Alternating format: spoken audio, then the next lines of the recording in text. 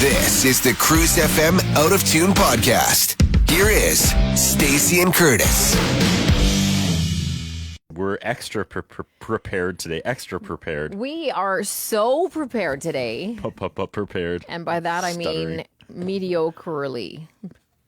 Mediocrely? At this point, do we need prep? No. I feel like we are... Podcasts are just talking. We are experts in winging it. Yeah. However, this podcast will end as they always do with us talking about how we're going to prep for next show. Yeah, I mean... And here we are. I feel like that's like a nice little blanket at the end where we make a false promise to ourselves and our listeners, and we just move on. Suddenly we're back in front of the mic staring at each other going, topic. Because you and I recorded on Thursday of Friday of last week. And we're back already. When I saw you in the hall today, I was like, it's what? Here it was, like that much time had passed and I still was like surprised.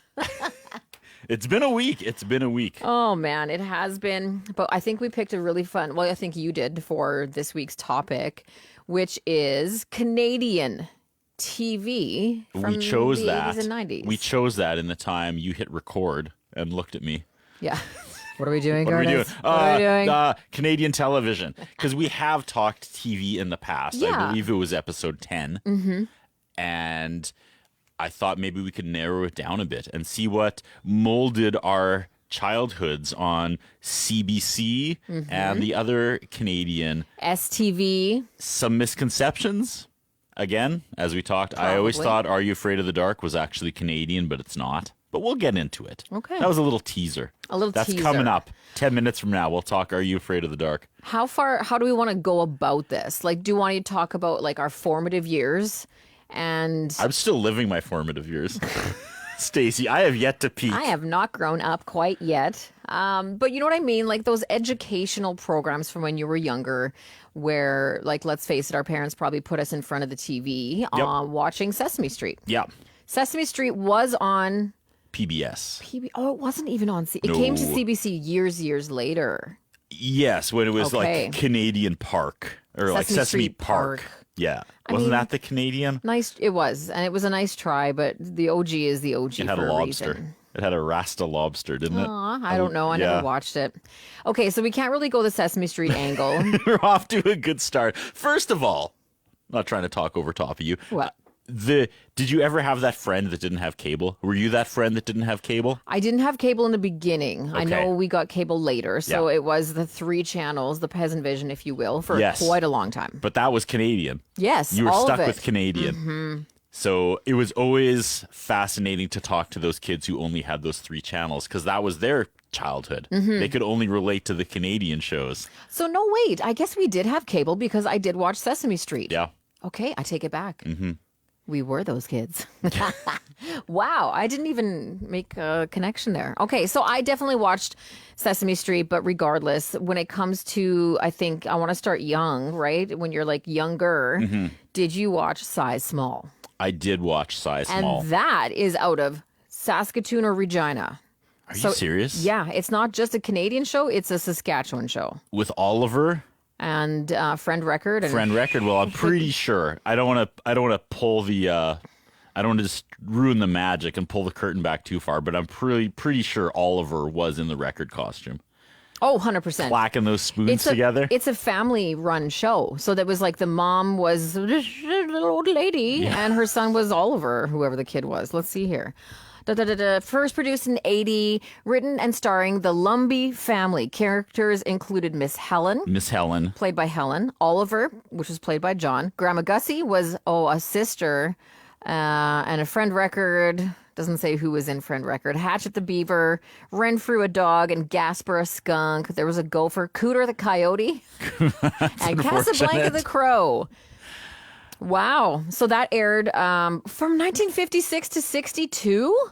That doesn't seem right. And then it was, the TV series. Then it was rebooted. Oh, Miss Helen's Kindergarten Party. Do you remember where she talked into the mirror and she's like, I see Stacy and Kurt. Romper Room. Is that Canadian? I'm getting way off track. Holy you see? Okay. We're doing prep in real time. Yeah.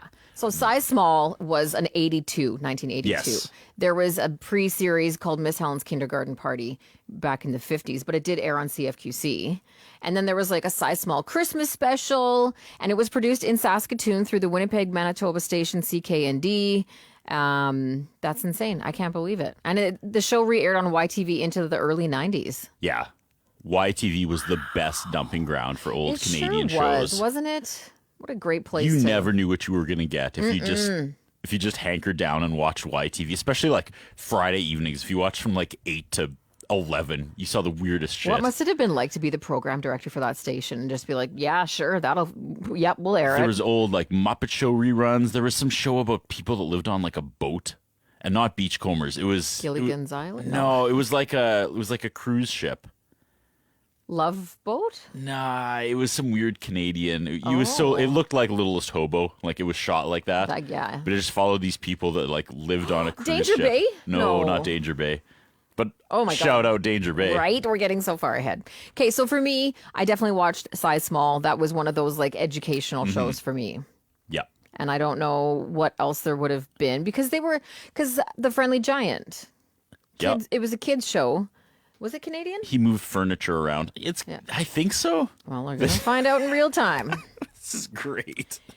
Well, you know what? It makes it exciting. Friendly Giant TV show, Wikipedia. Let's I bet you it was go. shot out of Winnipeg. Dun, dun, dun, dun, dun. Featured main characters. It's Canadian. Yeah. Rusty. Rusty the chicken. Oh, hold on a sec. Why can't I find this? I think it is The Friendly Giant. It started out of Madison, Wisconsin. Damn, I thought it was ours. I wanted it to be ours. And my friend Rusty, the chicken in the bag. Yeah. Right? And then they would move the furniture around. And he'd always put the rocking chair close to the fire. Oh, it was wonderful. Yeah, that was a Warm weird, memories. A very strange little concept for a show. 15-minute episodes. But that's all you needed. Yeah, that's all we knew back then.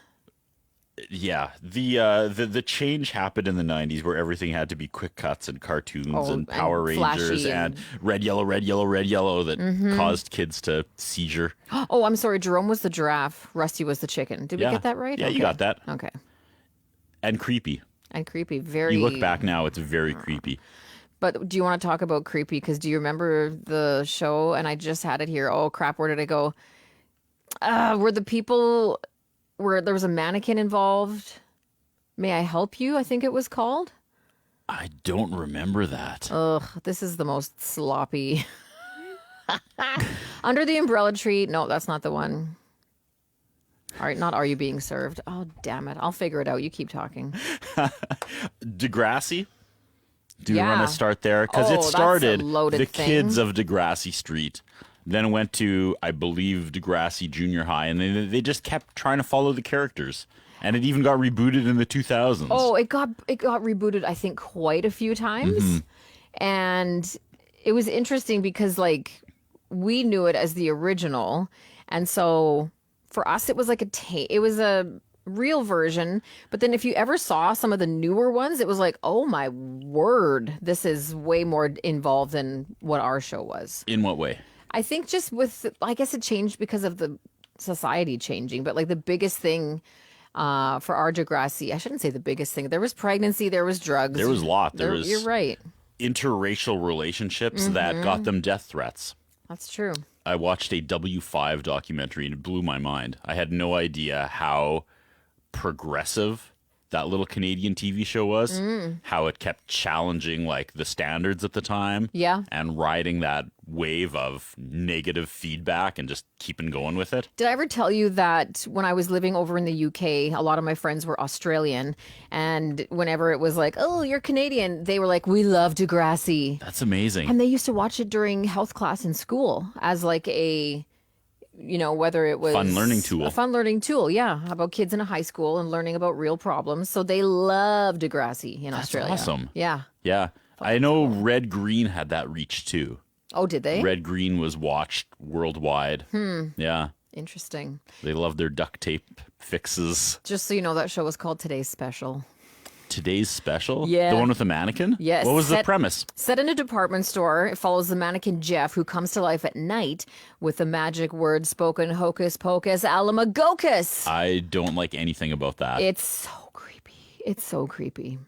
And it was like a kid's show. Was that like a spin-off from the movie Mannequin that had that great Starship song? Probably. Yeah. I would assume so. But anyway, that was one of those Less sexy. way less sexy. Way less sexy. Who wants to fantasize about Jeff the mannequin? Honestly. Right. What were they thinking? What were they thinking? So the Friendly Giant, he was definitely on there. Mr. Dress Up, I think we need to make clear recognition of. Because Our mutual friend Jessica Bailey got a tour of whatever that was in Toronto when she went to school in Brandon, Manitoba, the same school I went to, how I know her. Their class won some sort of Canada-wide competition where she was the anchor at the time, and they got to go to Toronto and tour this wherever it was. That would have been and that was so one of the cool. one of the production rooms or whatever you call it, the sets. Yeah. They saw the original Mr. Dress Up set. That's amazing. Yeah. I would have loved to have seen that. Yeah. And I love the fact that Mr. Dress Up, much like the Friendly Giant, when you're talking about like, if you compare children's entertainers now, it's like Blippi and Miss Rachel with the ridiculously overly powerful engagement of them, their voices, their looks, and everything. The Friendly Giant was a 50-year-old man in a sack, and Mr. Dress Up looked like your grandpa or your uncle next door, and he wore jeans and a t-shirt or jeans and a button-up shirt. Rest in peace, Ernie Combs? Coombs, yeah. Ernie Coombs. So I love that, how he, and also he is like BFF with Mr. Rogers. They both moved to Canada, or Ernie's Canadian. Mr. Rogers moved to Canada, and him and Ernie worked in TV together before Mr. Rogers got to go back down and do the... That's quite the tag team. Yeah, right? Two male children's entertainers with, huge impacts on our lives. Like I watched, what was Friendly Giant? No, what was the name of the Mr. Rogers show? It wasn't Mr. Rogers' Neighborhood? Mr. Rogers' Neighborhood? Yeah, okay. I think so. That was a big part of my childhood too. Yeah, that was PBS as well. That was PBS, yeah. But for Ernie, like just looking like some regular grandpa, but having so much fun with the kids. Like, do you think those shows annoyed our parents the way the kids' shows annoy us? Like, no. I would throw Blippi out this window. Yeah. Given the opportunity. And I understand things are relative. Because it was a kid's show and as a parent, but we only watched it when it was on TV. Yeah. So you would turn it on when it was on. I feel like with children's entertainment now, it's on all the time if you let it. That is it's way more present. That is a great point. And there's way more of it, right? Like there's so many different programs. My daughter went through a very short Blippi phase, thank goodness. And I'm not a hater, man. Make your money. That's amazing. I'm proud of you. He got famous during COVID. Yeah. When everyone was watching TV. It just took off. And I was like, I wonder how much this guy is worth. And it was this Don't tell me. insane money. It was insane. It was billions is his worth because he sold it to every single streaming platform. Right. And he just does what I used to do at Shaw TV. He goes up to people and puts a microphone in front of their face and goes, so what do you do? And they're like, I'm a breakdancer. And he's like, oh, Yeah. show me. And then they breakdance. And I'm like, are you kidding me? That's $1 billion franchise. Yeah. His name is Stephen with an I. Stevin. Of course Stephen it is. John. I can't knock the hustle, but Yeah. goddamn. And you know what? That's the thing is he found something, he ran with it, and he has been incredibly successful. Yeah. I just don't think my parents hearing Mr. Dress Up in the background were like, honest to God, if I hear that man one more time talk about his tickle trunk, no, I don't think that ever would have happened. The owl kind of scared me, I'll be honest. When you talk to the owl and the eyes would just be like, To wit, to woo, to wit, to wah. And he was just on the wall. So creepy. he would do the voices in one, like himself, wouldn't he, for everything? I think he did, yeah. Not for... No, did Casey talk? No, Casey talked, right? Yeah. Yeah, Finnegan didn't talk. Finnegan didn't talk, that's right. I'm trying to remember how that went. Was he just like, oh, hey, Casey, oh, hey, Mr. Dress Up? Did he like do the back and forth by himself? Well, was he the voice of Finnegan? I thought he was the voice, or Casey. I thought he was the voice of like the owl and stuff, but Maybe. who knows? I'm sure editing, and it's a puppet. He didn't have a movable mouth. Right. There you go. I don't even know if they edited. Did they edit? It was probably just like one take. Nice Let's work, go. Ernie. Nice work, Ernie. Nice We've wrapped this work. up in 5 minutes. It's like our podcast. Just Pretty much. Just start going and you get what you get. Yeah, you get what you get. And everybody's happy. I'm just continuing through a list that I did come across. How about Under the Umbrella Tree for you? No. I think that knew was of my it, never. brother. It aired in 86 till 2020. I don't even know what that is, to be honest. I There's know that, the name. That little gecko, he's like a lizard. He's kind of blue. I forget. Nope. See, and that's the thing. I didn't watch enough of it for it to impact me. For years, I thought that was Zoobly Zoo. Do you remember Zoobly Zoo? It was a bunch of like theater kids dressed in spandex that were supposed to be animals, and they would dance and sing, and it was not good. It was vaguely creepy. That was not Canadian, but for years, when people talked about Under the Umbrella Tree, I was like, oh, like that guy that's like the dancing lion. No. Zoobly Zoo. Terrifying. Is that what it was called? Yeah. There you go. You're welcome. Welcome to Nightmare Town. Zaboomafoo's Zaboomafoo's is as well. what they called the kids. It was called Zoobly Zoo? Because I remember the theme song. Oh, wow. I remember this show. I just had no idea it was called that. Yeah. Super terrifying. Terrifying. But they were There was that grown-ups. girl that was a peacock that I still have nightmares about. Yep. And she had a weird voice. Okay, wow. She was like the chicken lady from Kids in the Hall. Yeah. Okay, we don't need to go down that rabbit hole because they're American. So Okay. let's continue on with our Canadianness. Littlest Hobo. Yes. Loved. Greatest theme song of all time. There's a voice. Honestly. And I'm not saying that in jest. When I was young and rap music came out, I was like, one day someone is going to remix the Littlest Hobo theme song and Hard Knock Life and make millions of dollars. Jay-Z did Hard Knock Life. And just not the littlest. Did not know. We're still waiting. Okay, well, I'm sure with AI you could probably make that happen. I could. Maybe you can do that for next time. Okay. That'll be our new intro. The rap remix version rap of Littlest Littlest Hobo. And it's so cute because much like I've been watching, this is a very random offshoot, I've been rewatching Seinfeld. Yeah. And the amount of people who had a spot as Jerry's girlfriend or the guy Elaine was dating or some bit character who have gone on to have really successful comedy careers is insane. Mm-hmm. And if you watch old episodes of The Littlest Hobo, there's some with Mike Myers. Yeah. I think Ryan Reynolds was on it as well, possibly. But it was just so poorly written and in most cases poorly acted. Yep. But the concept behind it was good and wonderful and morals and like a dog saving a kid. Come on. And the fact that he'd never stuck around and the kids were always weirdly okay with it. It's like, oh, well, there He was goes like that. Frosty. New adventures, new kids to save. New kids to save. And that was the thing is he needed to save everybody all the time.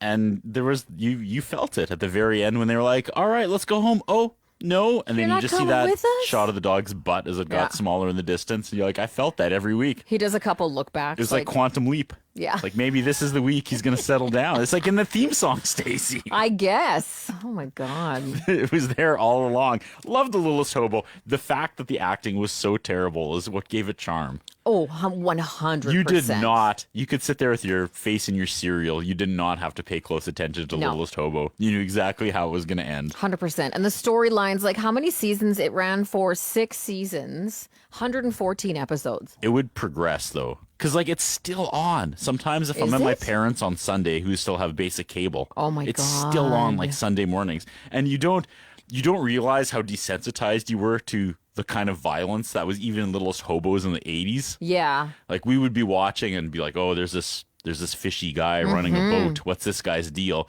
And then there's like a teenage girl and she's like, all right, well, take me back to the land. And he like pulls a gun on her. He's like, no, you're coming with me, miss. And I'm like, what are the implications here? Is harsh, you guys. This is a dog story. What is happening? Yeah. And then the dog, of course, like mule kicks him out of the boat and everybody's okay. But I like the description, by the way. The wandering adventures of an intelligent German Shepherd dog. If you saw that descriptor come up for a TV show, that sounds good. yeah, PBR that immediately. PVR? Right. PBR, that's the bull. I'm close. PBR. PVR. PVR. That's even like gone, right? Nobody PVR stuff anymore. No, do my they? mom does. Okay. She's got cable, so she records Jeopardy and Wheel of Fortune in case she Yeah. misses it. Next on the list is, of course, the Racoons. Yeah, I wasn't 100% sure that was Canadian until you told me. I thought that may have been an import. Oh, okay. It was pretty, because they didn't really push the fact that they were Canadian, I don't think. No. It aired on CBC. Yep. But I don't think they were like, what are you talking about? And let's go to co-op or stuff like that. Like, it just was nature. We gotta save the maple syrup. Yeah, and Cyril Sneer and all the other, what were those? Ralph and Melissa. Did we Google? Yes, I feel like we talked about this, because what is Cyril Sneer? He's an aardvark. Yes. Yeah. A pink, hairless aardvark. I am always shocked when I think about that or remember that fact. And poor Bert and Sophia, never meant to be. No. Just star-crossed lovers. It started out like Romeo and Juliet, but it ended in tragedy. Right? Great line. Oh, man. Raccoons. You talk about the Littlest Hobo having the greatest theme song ever. Racoons had the greatest extra song ever. I don't know why that Lisa Loughlin hit wasn't the intro. Do you remember it was like, in a forest, the raccoons. That was the intro, and it was kind of lame. yeah. But then during credits, they would have Run With Us. Yes. Which is like one of the greatest bangers of the 80s. One of the most underrated Lisa hits. Loughlin. Loughlin, yeah. 1988, Run With Us. Yeah. Yes, Yes, you're right. It's a good one. That's a great song. It's so good. What were they thinking? I don't know. That's the intro. Like, as if Lisa Loughlin, when she got the deal or the presentation, we're doing this cartoon about raccoons. Can you write us a little ditty? Can you write us a ditty? And can it be a hugely successful song afterwards? Yeah, sure. I'll see what I can do. Amazing. Drops that. Nothing to do with raccoons. No. This one is weird, and I don't. Is this Canadian? Which? Super Dave. There's no way Super Dave is Canadian. But that was another one we talked earlier before about you watch YTV long enough, weird stuff comes on. Super Dave. And what was it on? It was always on after something that I used to watch. Because I remember I watched a lot of Super Dave Osborne. My dad would rock with laughter every time he got smushed. Yes, Super Dave was a Canadian-American sketch comedy variety show produced in Canada. Really? Mm-hmm. He is definitely not Canadian, though. Like Super Dave Osborne? The gentleman himself? Mm-hmm. Is his name Dave? I don't even think know. So. Let's just check here quickly. Yeah, because it says Canadian-American, created by Bob Einstein. Is that him? Yeah. That sounds right. Comedian Bob Einstein. One of his last roles was the surrogate on Arrested Development, Yeah. which was really funny. Larry Middleman, I believe.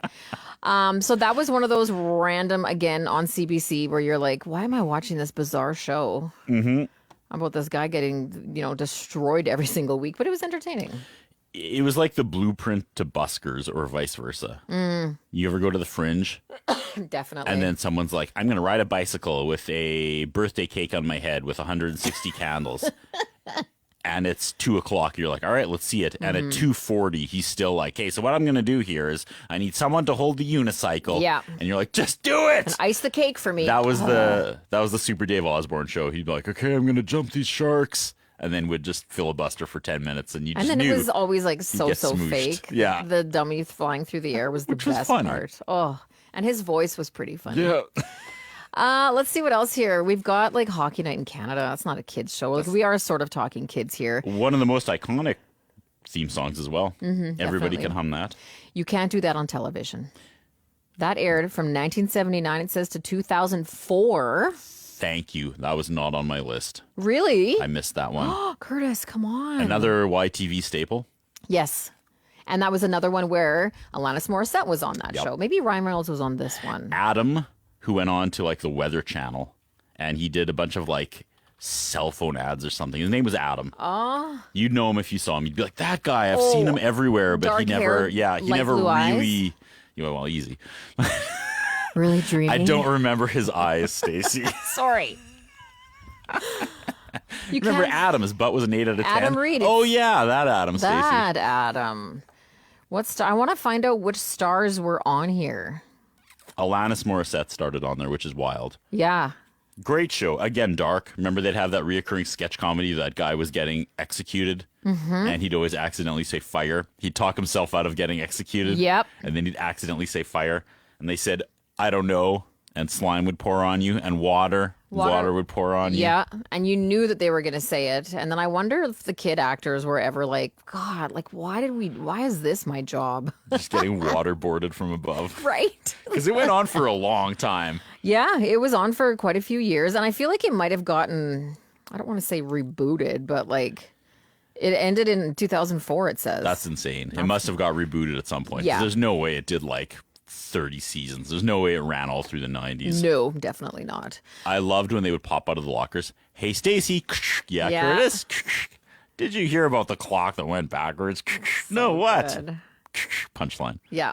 And everything about the show was just like visually appealing Yes. to me. Yeah. All of it. The colors, the sets, that old gross guy who worked in the burger joint. Barfley. Barfley. Oh, I It heard was that. just like so gross, but also like I just loved it. He was a disgusting human. He was He very probably looked disgusting. normal out of makeup, but that show did their best to make And him he was look probably absolutely... like 28 or something too. Because let's face it, we had such a weird perception of age, obviously, when you're younger. But like when you look at that Cheers image that shows you how old they were when they were on the show, and you're like, I'm sorry, Norm was 30? It's insane. The 80s aged you. The 80s aged a lot of It people. was the Coke. Yeah, definitely. Beachcombers pops up on here. I Yep. don't want to say it's a kid's show because it's not, but I watched it as a kid. Yeah. Relic was the man. Someone told me I looked like Relic. Was that you? I would not say you look like Not Relic. look, because I always wore a toque. No. And they're like, there's more to Relic than just his toque. Well, come on, right? His personality. You want to know the description of that one? Yep. The adventures of a professional lumber salvager and his friends at Gibson's, British Columbia. Cute. My Secret Identity is Canadian. Wasn't that like Jeremy O'Connell? Jerry O'Connell. Jerry O'Connell. Yeah. Yes. That was a fun show. I really liked that Yeah. one. The adventure of a superpowered teen and his scientist friend. Who doesn't want to watch that? Right? Today's special, Forever Night. Never heard of that one. Kids in the Hall. I would never classify that as a kid's show, Definitely not. even though it has kids in the title. First time I ever heard the F word across CBC. Second time was Degrassi School's Out. But there were Kids in the Hall sketches that definitely have not aged well. But yeah, there was a few times they just let the F-bomb fly over CBC TV. And I remember that as like a pre-teen going like, oh my God. Oh, 100%. When you don't come from a family of swearing, Yes. and then you hear it, you're always just like, That It blows. rang out in my living room. blows your mind. Do you remember Showmaniac Mansion? Mm-hmm.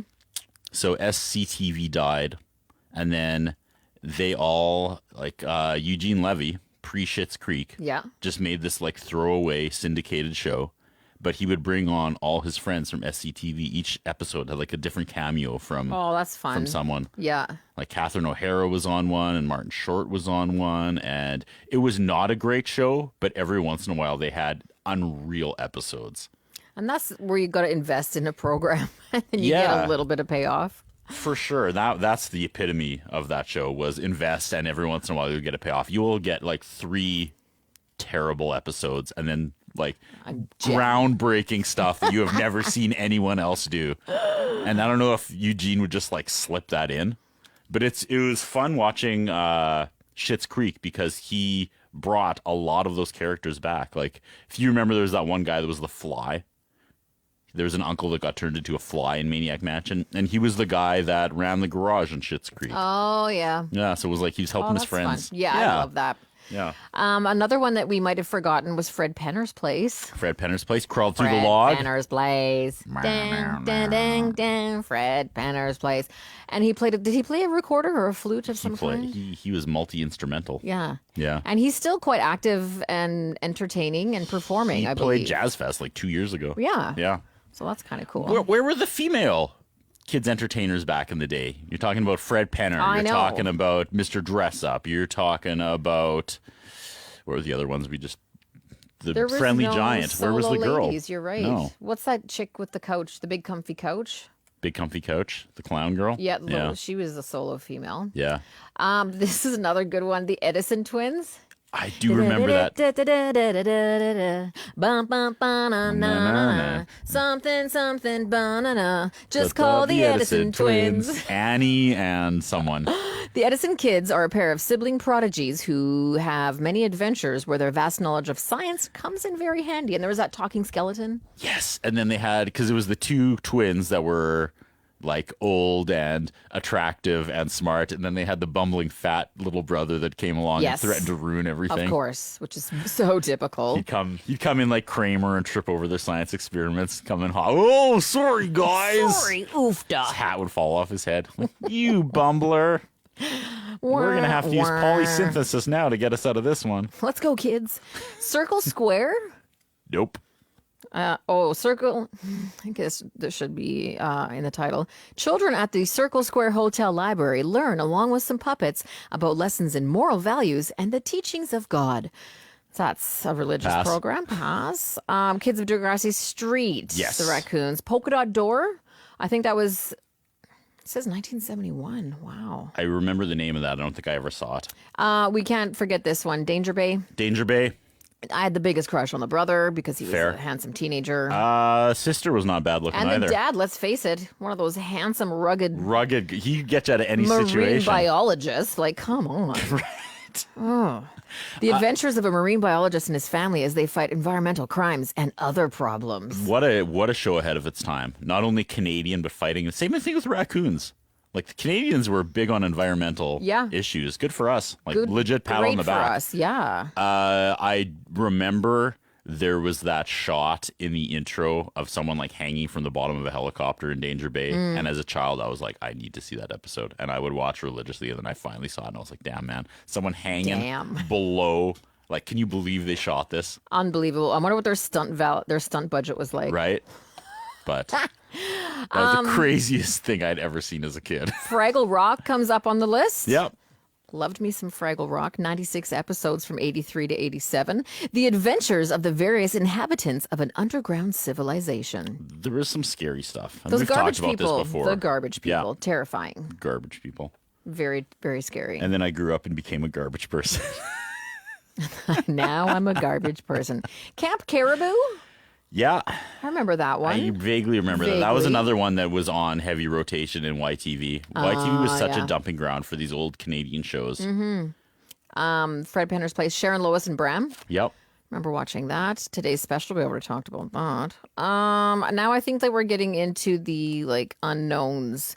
So I don't want to say that we covered it all, but I think that was a really good snapshot of what our youth was like. Yeah. I never thought about that environmental thing until we had this conversation. Good on us. I'm still like, I don't remember U.S. shows. There was the Smoggies. Do you remember that? I remember terrible the Smoggies. cartoon. Yes. That was not well done though, compared to Racoons and there's Captain Planet.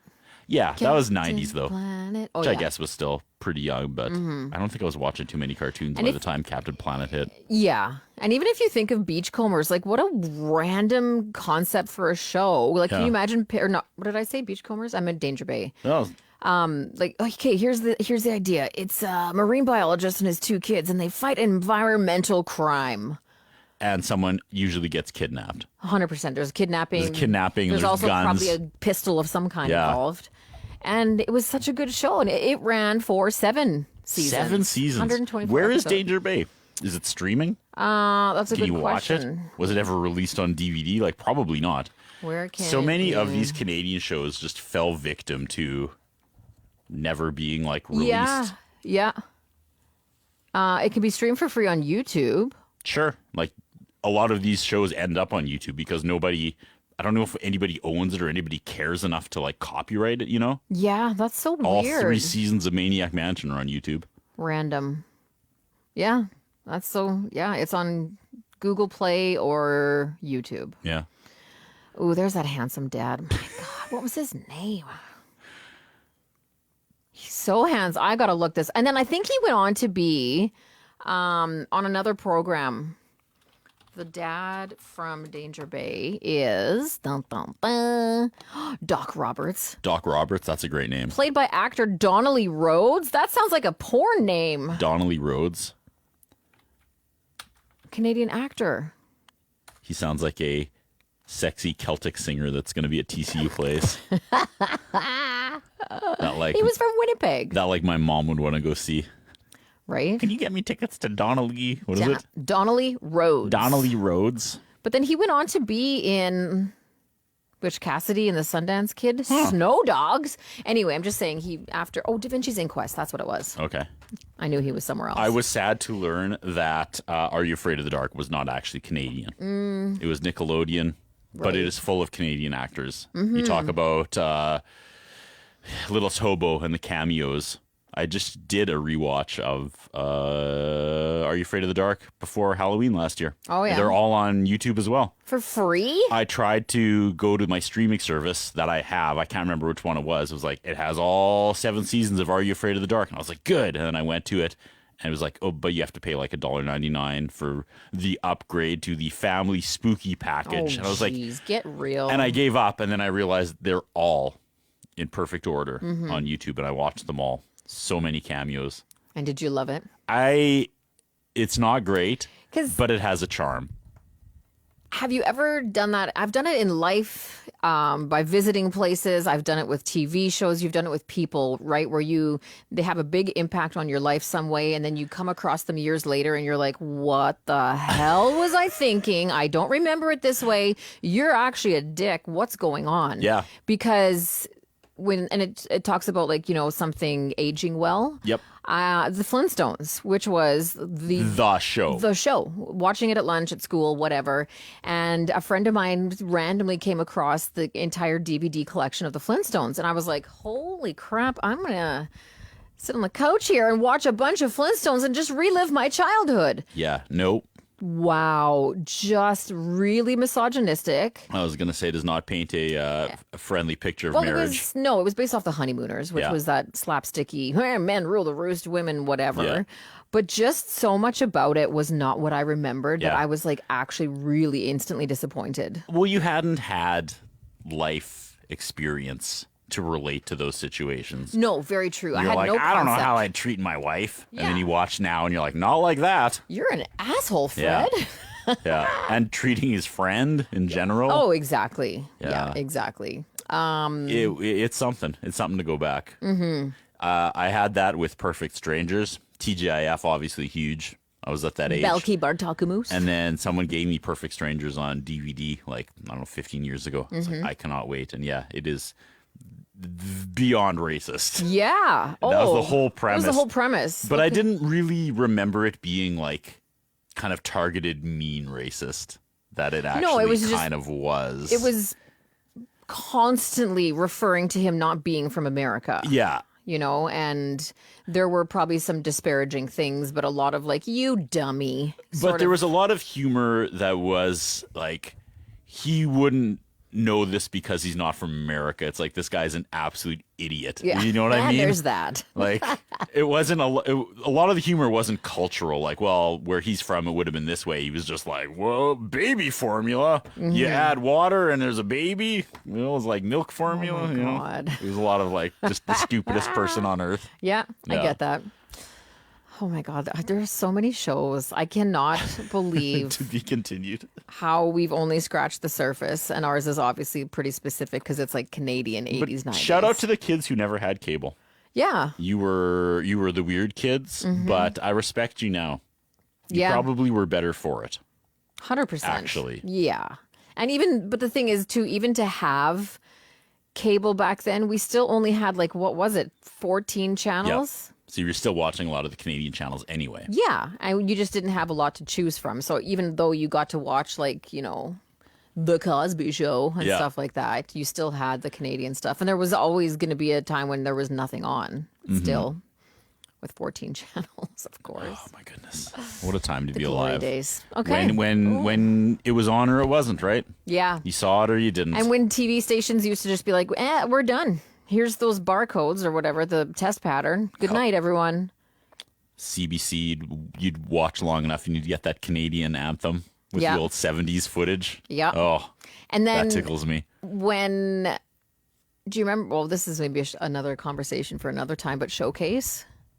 Oh, I'm Channel 25. familiar with Showcase. Everybody knows. Every teenager in Canada knows about Yeah. Showcase, and how after, well, not even after, there was always like a very sexual, borderline softcore porn portion to that show. There sure was. And I think Joey from Friends, what's his name?